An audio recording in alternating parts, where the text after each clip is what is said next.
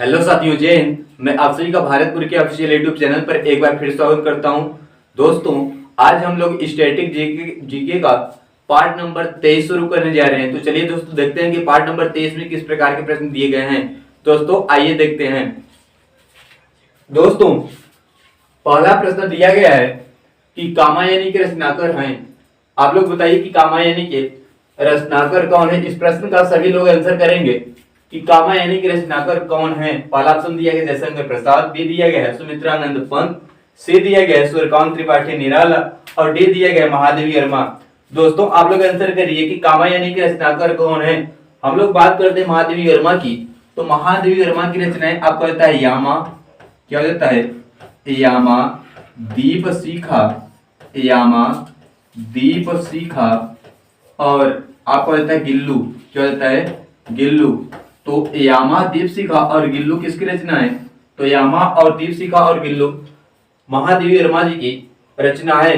सूर्यकांत त्रिपाठी निराला, सूर्यकांत त्रिपाठी निराला जी की बात करेंगे हम लोग तो हो जाएगा परिमल, क्या हो जाएगा, परिमल, परिमल, आप पहुंच गया परिमल। फिर उसके बाद सूर्यकांत त्रिपाठी निराला, सूर्यकांत त्रिपाठी निराला जी की रचनाएं जो हो गई, एक हो गया परिमल, एक हो गया आपका गीत गुंज, क्या हो गया, गीत गुंज, गीत गुंज, एक हो गया गीत गुंज और फिर उसके बाद हो गया गीतिका, क्या हो गया, गीतिका। तो ये रचनाएं सूर्यकांत त्रिपाठी निराला जी की हैं, गीत गुंज, परिमल और गीतिका। दोस्तों और फिर उसके बाद भी दिया गया सुमित्रानंद पंत, क्या दिया गया, सुमित्रानंद पंत। सुमित्रानंद पंत की बात करेंगे तो एक हो जाएगा आपका गुंजन, क्या हो जाएगा, गुंजन, एक हो गया गुंजन और फिर उसके बाद आप हो गया युगांत, क्या हो गया, युगांत, एक हो गया युगांत। फिर उसके बाद एक हो गया आपका बूढ़ा चांद, क्या हो गया, बूढ़ा, बूढ़ा चांद, एक हो गया बूढ़ा चांद। तो दोस्तों यह बूढ़ा चांद कई बार प्रश्न में कई बार एग्जाम में आया है कि बूढ़ा चांद किस रचनाकार की रचना है। तो बूढ़ा चांद आपका हो गया सुमित्रानंद पंत, किसका हो गया, सुमित्रानंद पंत। और जबकि ये दिया गया जयशंकर प्रसाद किसी की बात करेंगे तो एक हो गया कामायनी, क्या हो गया, कामायनी। फिर उसके बाद आपका हो गया आंसू, क्या हो गया, आंसू। फिर उसके बाद आपका हो गया लहर, क्या हो गया, लहर। और फिर उसके बाद आपका हो गया झरना, क्या हो गया, झरना। तो कामायनी, आंसू, लहर, झरना, कामायनी, आंसू, लहर, झरना जयशंकर प्रसाद जी की रचना है। प्रश्न पूछा कि कामायनी के रचनाकार कौन है। तो कामायनी के रचनाकार जयशंकर प्रसाद जी हैं। तो पहले प्रश्न का ऑप्शन नंबर ए क्या हो जाएगा, बिल्कुल सही हो जाएगा। दोस्तों पहले प्रश्न का ऑप्शन नंबर ए क्या हो जाएगा, बिल्कुल सही हो जाएगा। चलिए दोस्तों हम लोग चलते हैं अपने अगले प्रश्न की ओर।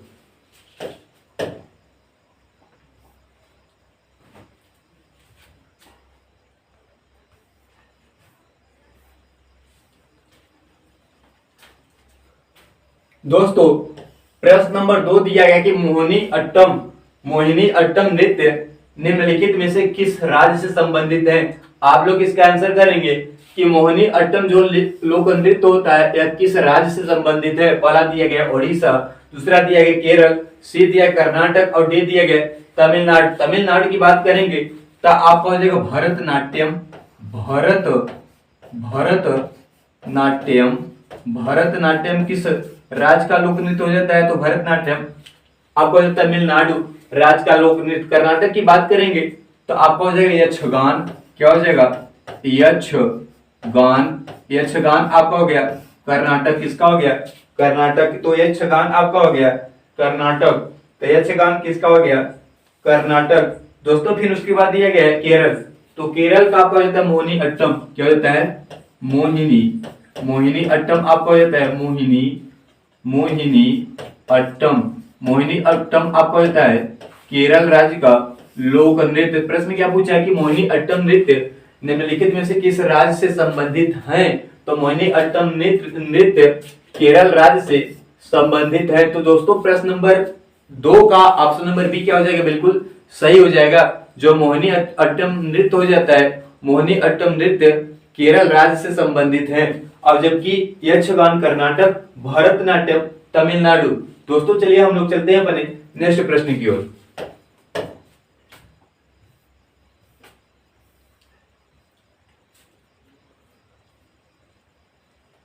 दोस्तों प्रश्न नंबर 3 दिया गया है। दोस्तों प्रश्न नंबर 3 दिया गया कि द्वितीय गोलमेज सम्मेलन 1931 में कांग्रेस के प्रतिनिधि के रूप में भाग लेने वाले नेता थे। आप लोग इसका आंसर करेंगे कि द्वितीय गोलमेज सम्मेलन सन 1931 में हुआ। कांग्रेस के प्रतिनिधि के रूप में भाग लेने वाले एकमात्र नेता का नाम बताइए। पहला दिया महात्मा गांधी, बी दिया गया सरोजिनी नायडू, डी दिया गया डॉक्टर राजेंद्र प्रसाद और डी दिया गया इनमें से कोई नहीं। दोस्तों पहला दिया गया आपका महात्मा गांधी, फिर उसके बाद दिया गया सरोजिनी नायडू, सी दिया गया डॉक्टर राजेंद्र प्रसाद और डी दिया गया इनमें से कोई नहीं।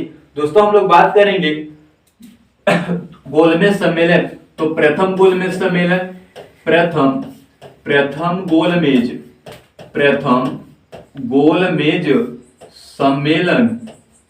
गोलमेज सम्मेलन कब हुआ? तो प्रथम गोलमेज सम्मेलन आपका हो जाता है सन 1930। कब हो जाता है? सन 1930। और जबकि द्वितीय आपका हो जाता है द्वितीय गोलमेज सम्मेलन।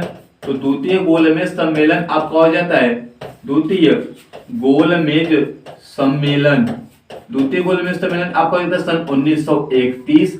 और तृतीय आपका हो जाता है तृतीय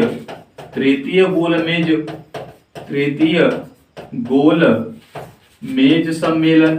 तो तृतीय गोलमेज सम्मेलन आपका हो जाता है सन 1932। कब हो जाता है? सन 1932।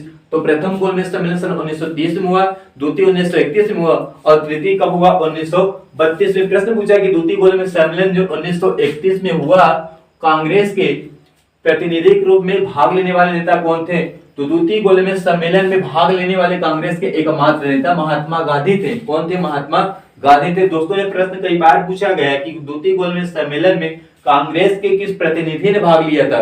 तो द्वितीय गोलमेज सम्मेलन में कांग्रेस के एकमात्र नेता महात्मा गांधी जी ने भाग लिया था। तो महात्मा गांधी आपका क्या हो जाएगा? बिल्कुल सही हो जाएगा। प्रश्न नंबर 3 का ऑप्शन नंबर ए क्या हो जाएगा? बिल्कुल सही हो जाएगा।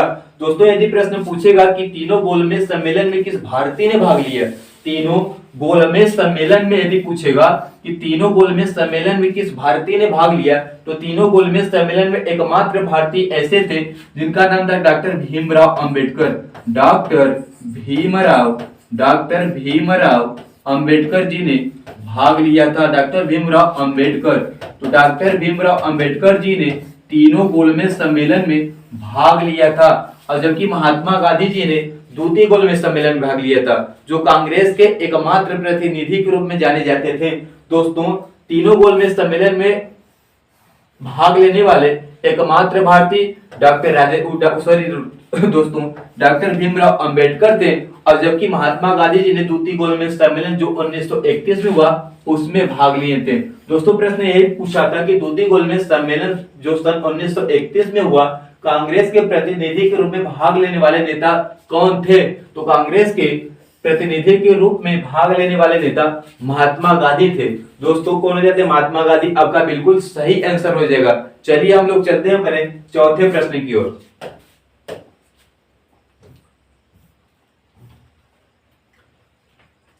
दोस्तों प्रश्न नंबर 4 दिया गया कि हिंदी नाटक अंधेर नगरी के रचयिता कौन है? आप लोग इसका आंसर करेंगे कि हिंदी नाटक अंधेर नगरी के रचयिता कौन है? पहला दिया गया मुंशी प्रेमचंद। मुंशी प्रेमचंद के उपन्यास की बात करेंगे हम लोग। मुंशी प्रेमचंद के उपन्यास का नाम बताइए आप लोग। भारतेंदु हरिश्चंद्र की बताइए। और फिर उसके बाद आप लोग बताइए धर्मवीर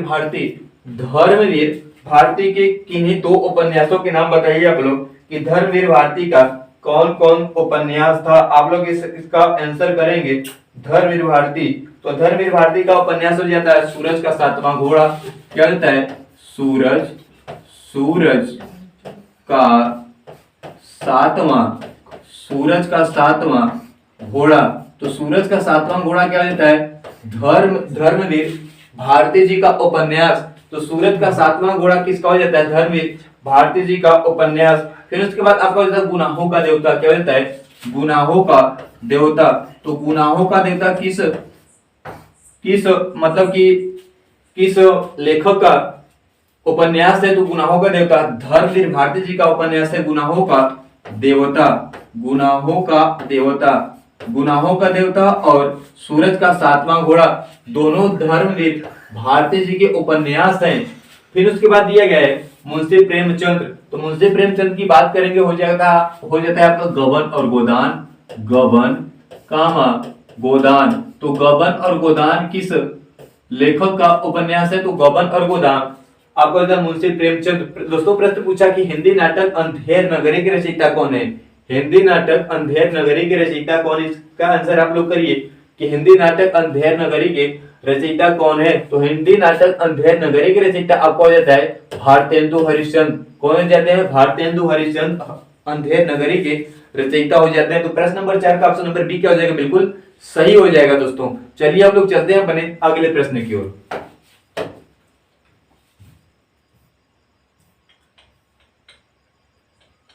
दोस्तों प्रश्न नंबर 5 दिया गया है कि राष्ट्रीय विकलांग दिवस मनाया जाता है। आप लोग बताइए कि राष्ट्रीय विकलांग दिवस कब मनाया जाता है? इसका आंसर सभी लोग करेंगे कि राष्ट्रीय विकलांग दिवस कब मनाया जाता है। दोस्तों इसका आंसर आप लोग करिए कि राष्ट्रीय विकलांग दिवस कब मनाया जाता है। आप लोग इसका सही आंसर करेंगे कि राष्ट्रीय विकलांग दिवस कब मनाया जाता है। पहला दिया गया 1 दिसंबर, बी दिया गया 3 दिसंबर, सी दिया गया 25 दिसंबर और डी दिया गया 31 दिसंबर। दोस्तों हम लोग बात करेंगे 1 दिसंबर की।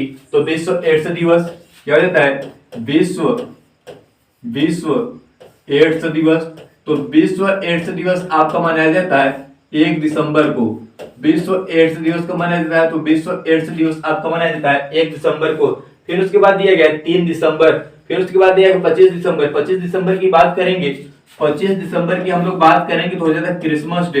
कौन सा डे हो जाता है? Christmas day. तो क्रिसमस डे कब मनाया जाता है? क्रिसमस डे आपका मनाया जाता है 25 दिसंबर को। दोस्तों प्रश्न पूछा कि राष्ट्रीय विकलांग दिवस कब मनाया जाता है? तो राष्ट्रीय विकलांग दिवस 3 दिसंबर को मनाया जाता है। कब मनाया जाता है? राष्ट्रीय विकलांग दिवस 3 दिसंबर को मनाया जाता है। तो प्रश्न नंबर 5 का ऑप्शन नंबर बी क्या हो जाएगा? बिल्कुल सही हो जाएगा। राष्ट्रीय विकलांग दिवस 3 दिसंबर को मनाया जाता है, जबकि 25 दिसंबर को क्रिसमस डे, 1 दिसंबर को विश्व एड्स दिवस। चलिए दोस्तों हम लोग चलते हैं अपने नेक्स्ट प्रश्न की ओर।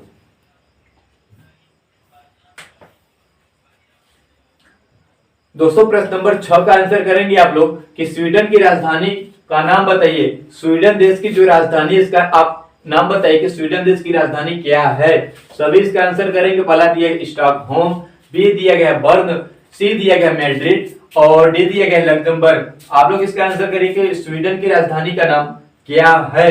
पहला दिया गया स्टॉकहोम, बी दिया गया बर्न, सी दिया गया मैड्रिड और डी दिया गया लग्जमबर्ग। दोस्तों हम लोग बात करेंगे बर्न की। तो बर्न आपका होता है स्विट्जरलैंड। स्विट्जरलैंड क्या होता है? स्विट्जरलैंड। तो स्विट्जरलैंड किस देश की राजधानी होती है? स्विट्जरलैंड बर्न देश। स्विट्जरलैंड जो देश होता है वो बर्न की राजधानी है। फिर उसके बाद आपका दिया है मैड्रिड। क्या दिया गया है? मैड्रिड। मैड्रिड की हम लोग बात करेंगे तो मैड्रिड आपका हो जाता है स्पेन। किसका हो जाता है? स्पेन। दोस्तों मैड्रिड का हो जाता है स्पेन।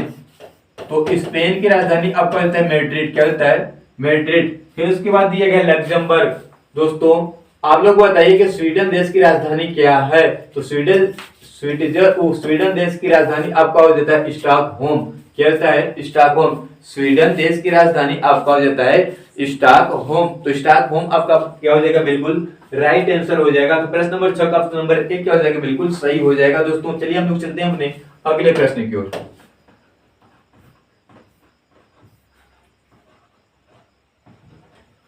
दोस्तों प्रश्न नंबर 7 दिया गया कि मानव शरीर में क्रोमोसोम की संख्या होती है। आप लोग इसका आंसर करेंगे कि मानव शरीर में क्रोमोसोम की संख्या कितनी होती है। मतलब क्रोमोसोम मतलब आपका हो गया गुणसूत्र। क्या हो गया? गुणसूत्र। मतलब कि एक मनुष्य के शरीर में गुणसूत्रों की संख्या कितनी होती है। सभी लोग इसका आंसर करेंगे कि मानव शरीर में कुल गुणसूत्रों की संख्या कितनी होती है। तो हम लोग बताएंगे आप लोग बताएंगे कि मानव शरीर में कुल गुणसूत्रों की संख्या कितनी होती है। तो मानव क्या हो जाएगा दोस्तों? मानव के शरीर में के शरीर में गुणसूत्र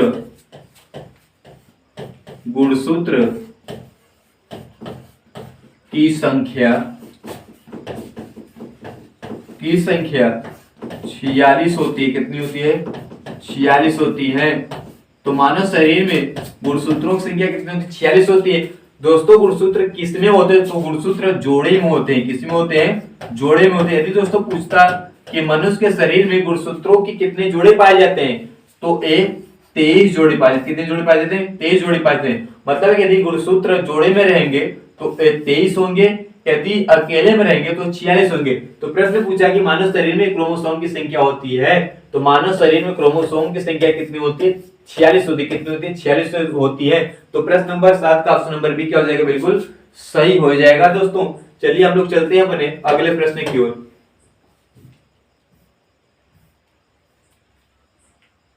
दोस्तों प्रश्न नंबर 8 दिया गया कि दूध का दही में परिवर्तन किसके कारण होता है। आप लोग इसका आंसर करेंगे कि दूध का दही में परिवर्तन किसके कारण होता है। तो दूध का दही में परिवर्तन, दूध का दही में परिवर्तन लैक्टोबैसिलस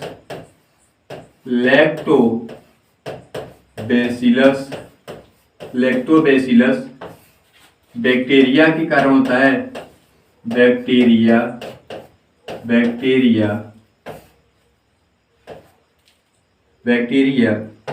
के कारण होता है।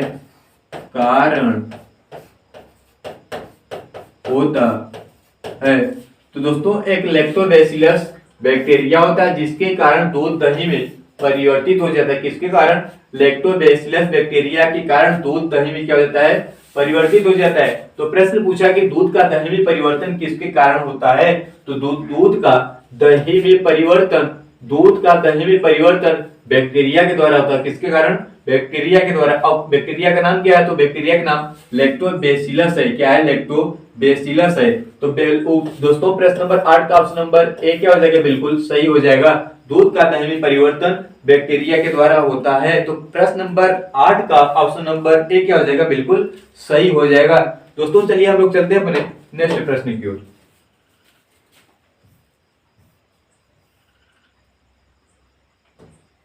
दोस्तों प्रश्न नंबर 9 दिया गया कि भारत के किस राज्य में महिला साक्षरता न्यूनतम है। आप लोग बताइए कि भारत का ऐसा कौन सा राज्य है जहां पर महिलाओं की साक्षरता दर सबसे कम है। हम लोग बात करेंगे केरल।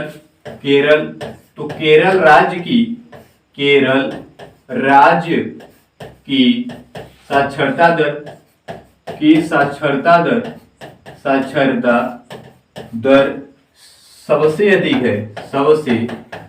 सबसे अधिक है। दोस्तों यदि अधिक का बात करता तो आपका हो जाता है केरल। पूछा कि मतलब कि भारत के किस राज्य में महिला साक्षरता दर क्या है? न्यूनतम मतलब कि सबसे कम है। तो आप लोग इसका आंसर करेंगे कि भारत का ऐसा कौन सा राज्य है जहां पर महिलाओं की साक्षरता दर सर्वाधिक क्या है? कम है। पहला दिया गया बिहार, फिर उसके बाद आपका दिया गया है उड़ीसा, सी दिया गया राजस्थान और डी दिया गया जम्मू कश्मीर। तो हम लोग इसका आंसर करेंगे कि भारत के किस राज्य में महिला साक्षरता दर न्यूनतम है। तो आपका हो जाएगा बिहार। क्या हो जाएगा? बिहार। तो बिहार आपका क्या हो जाएगा? बिल्कुल सही हो जाएगा। दोस्तों यदि पूछता कि ऐसा कौन सा राज्य जहां पर साक्षरता दर सर्वाधिक है, तो केरल राज्य की साक्षरता दर सर्वाधिक है, जबकि बिहार राज्य की साक्षरता दर सर्वाधिक कम है। तो चलिए हम लोग चलते हैं अपने अगले प्रश्न की ओर।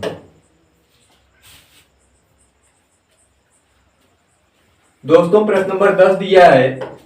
प्रश्न नंबर 10 दिया गया है कि फॉरवर्ड ब्लॉक के संस्थापक थे। आप लोग इसका आंसर करेंगे कि फॉरवर्ड ब्लॉक के संस्थापक कौन थे। फॉरवर्ड ब्लॉक के संस्थापक कौन थे? तो फॉरवर्ड ब्लॉक के संस्थापक फॉरवर्ड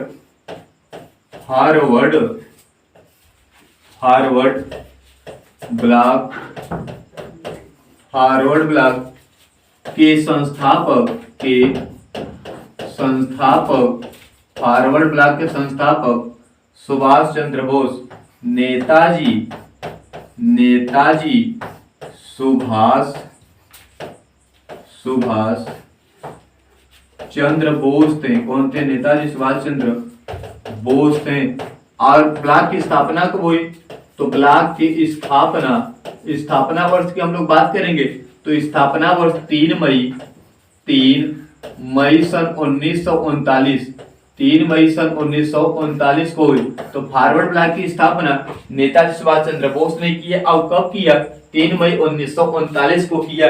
तो प्रश्न पूछा कि फॉरवर्ड ब्लॉक के संस्थापक कौन थे? तो फॉरवर्ड ब्लॉक के संस्थापक सुभाष चंद्र बोस जी थे। कौन थे? सुभाष चंद्र बोस। तो प्रश्न नंबर 10 का ऑप्शन नंबर डी क्या हो जाएगा? बिल्कुल सही हो जाएगा दोस्तों। चलिए हम लोग चलते हैं अपने अगले प्रश्न की ओर।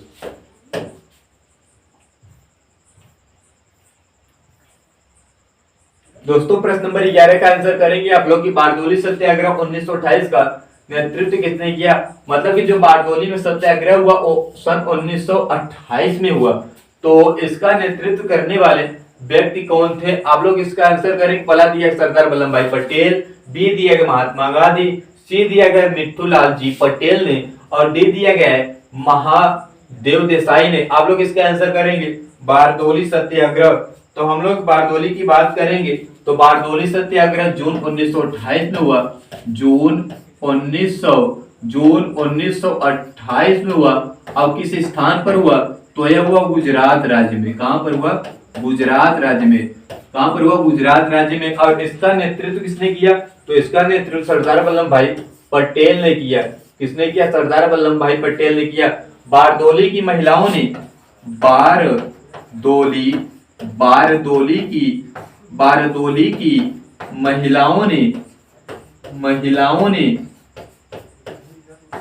बारडोली की महिलाओं ने वल्लभ भाई पटेल को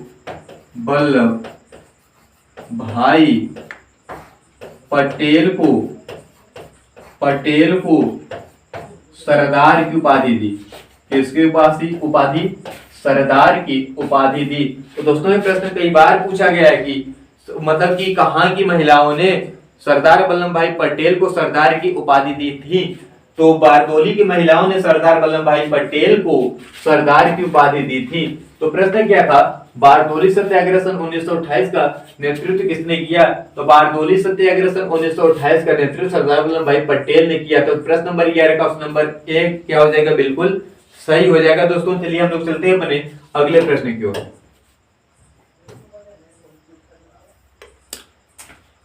दोस्तों प्रश्न नंबर 12 का आंसर करेंगे आप लोग की जम्मू श्रीनगर राजमार्ग पर जवाहर सुरंग संबंधित है। जवाहर सुरंग किस राज्य में स्थित है? जवाहर सुरंग जम्मू कश्मीर राज्य में स्थित है। तो यह प्रश्न पूछा है कि जम्मू श्रीनगर राजमार्ग पर जवाहर सुरंग संबंधित है।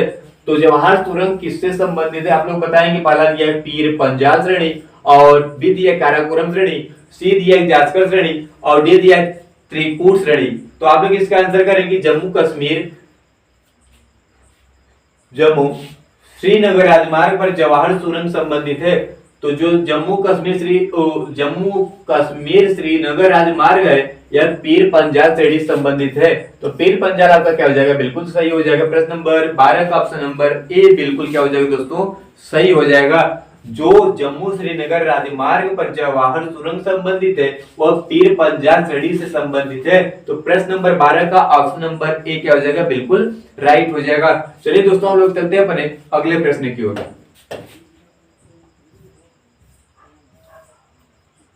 जो आपका यूरिया होता है सामान्य सूत्र NH2 NH2CO होता है। क्या होता है? NH2CO NH2 होता है। पूछा है कि यूरिया में नाइट्रोजन जो होता है वह किस रूप में पाया जाता है? यदि यूरिया में नाइट्रोजन की बात करेंगे तो यह 46% पाया जाता है। कितना पाया जाता है? 46% पाया जाता है। प्रश्न कई बार पूछा है कि यूरिया में नाइट्रोजन की मात्रा कितनी पाई जाती है? तो यूरिया में नाइट्रोजन की मात्रा 46% पाई जाती है। तो प्रश्न पूछा कि यूरिया में नाइट्रोजन किस रूप में पाया जाता है? तो यूरिया में नाइट्रोजन एमाइड के रूप में पाया जाता है। किसमें पाया जाता है? एमाइड के रूप में पाया जाता है। तो यूरिया में नाइट्रोजन किस रूप में पाया जाता है? तो यूरिया में नाइट्रोजन एमाइड के रूप में पाया जाता है। दोस्तों प्रश्न नंबर 13 का ऑप्शन नंबर ए बिल्कुल क्या हो जाएगा? राइट हो जाएगा। जबकि यूरिया में नाइट्रोजन की मात्रा कितनी पाई जाती है? तो यूरिया में नाइट्रोजन की मात्रा 46% पाई जाती है। चलिए दोस्तों हम लोग चलते हैं अपने अगले प्रश्न की ओर।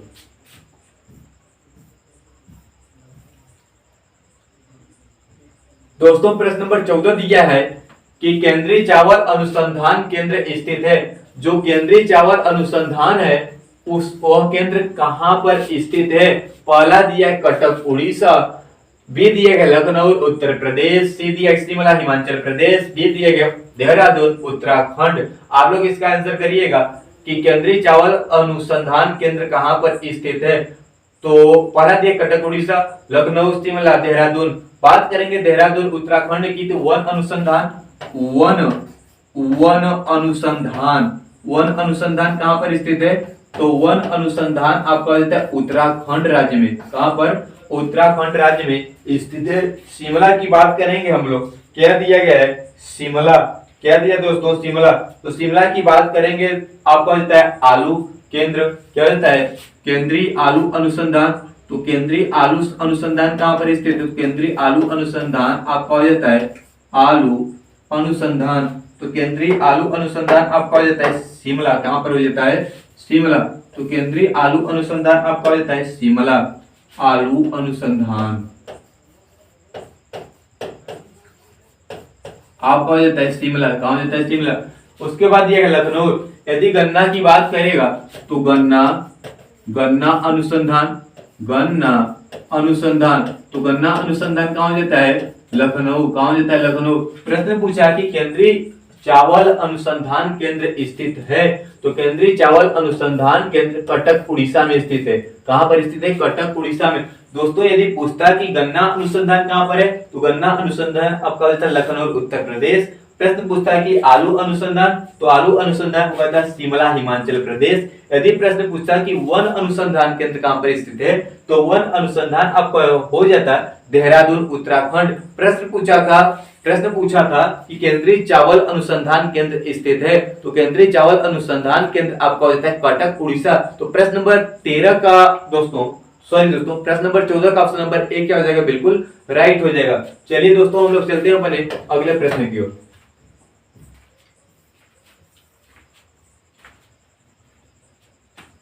दोस्तों प्रश्न नंबर 15 दिया गया है। प्रश्न नंबर 15 दिया गया है कि उत्तर प्रदेश में कुल जिलों की संख्या है। जो उत्तर प्रदेश राज्य है, उत्तर प्रदेश राज्य में कुल कितने जिले हैं? आप लोग इसका आंसर करेंगे कि उत्तर प्रदेश राज्य में कुल कितने जिले हैं। दोस्तों यह प्रश्न आपको मिलता है होमवर्क रूप में। किस रूप में? होमवर्क रूप में। आप लोग इसका आंसर कमेंट बॉक्स में करिएगा कि उत्तर प्रदेश में कुल जिलों की संख्या कितनी है। आप सभी लोग इसका आंसर कमेंट बॉक्स में करेंगे कि उत्तर प्रदेश में कुल जिलों की संख्या कितनी है। दोस्तों कल के प्रश्नों का जवाब देने वाले जो विद्यार्थी थे, मैं उनका नाम बताना चाहता हूं कि जो विद्यार्थी थे वे इस प्रकार हैं। पहला आपका था सूरज दुबे, अग्रिमा दुबे, दीक्षा दुबे, वैष्णवी पाठक, खुशी गुप्ता। फिर उसके बाद था सूरज यादव यल।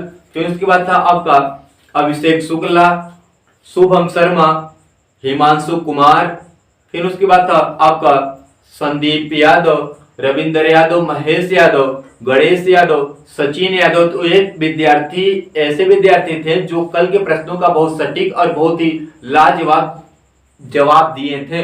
दोस्तों हमें आशा है कि आप भी इस प्रश्न का सही और सटीक जवाब देंगे ताकि कल के वीडियो में हम आपका नाम बता सकें। दोस्तों हमें आशा है कि आप लोग इसका बहुत सटीक, बहुत ही शानदार और बहुत ही कम समय में जवाब देंगे दोस्तों, ताकि हम आप सभी का कल के वीडियो में नाम बता सकें। दोस्तों स्टैटिस्टिक्स जीके का पार्ट नंबर 23 यहीं पर समाप्त होता है। मिलते हैं आपसे अगले नेक्स्ट वीडियो में। तब तक के लिए आप सभी को जय हिंद।